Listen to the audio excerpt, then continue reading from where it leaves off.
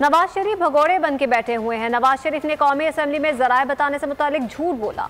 फारूक हबीब की कड़ी तनकीद। कहा उन्होंने मुल्क को लूट कर बैरून मुल्क जायदादें बनाई। नून लीग अकामा लीग बनी हुई है। मरियम कहती हैं लंदन तो क्या पाकिस्तान में कोई जायदाद नहीं। उनका भाई कहता है अल्हम्दुलिल्लाह एवनफील्ड हमारे हैं। मरियम में इतनी इखलाकी जुर्रत है कि वो इस झूठ पर कौम से माफ़ी मांगे।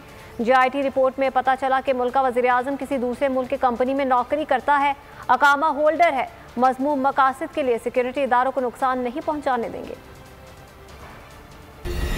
कौमी असम्बली में नवाज शरीफ का बयान था कि लंदन, दुबई और सऊदी अरब की प्रॉपर्टीज के ज़रायों के हवाले से उससे ये टोटल पोजीशन चेंज कर लेते हैं सुप्रीम कोर्ट में और एक कतरी खत ले आते हैं, जो कतरी खत इनके लिए एक मजाक बन जाता है। और JIT की रिपोर्ट आने के बाद पता चलता है कि इस मुल्क का वजीर आज़म और उसने इकामा रखा हुआ है, वो किसी एक और मुल्क की एक कंपनी के अंदर वहाँ पर नौकरी कर रहा है। यानी ये पूरी नून लीग इकामा लीग बनी हुई थी। एक मुल्क का साबका नाहल वजीर आज़म, नाहल होने से पहले इस मुल्क का वजीर आज़म है, किसी दूसरे मुल्क की एक कंपनी के अंदर वो वहाँ मुलाजमत भी कर रहा है। वो गार्ड की मुलाजमत भी हो सकती है, मैनेजर की भी मुलाजमत हो सकती है। जिस तरीके से ये कामें रखते रहे किसी से ढके छुपे नहीं है। ये कैलबरी फंड ले आते हैं, जो कैलबरी फंड 2007 में आता है, ये इतने जालसाज हैं, ये कहते हैं 2006 में उस पर ट्रस्ट डीड बन जाती है जाली। और वो मरियम सफदर जो आज मीडिया पे खड़े होकर झूठ बोल रही हैं, उनकी अपना बयान मौजूद है कि मेरी लंदन में क्या,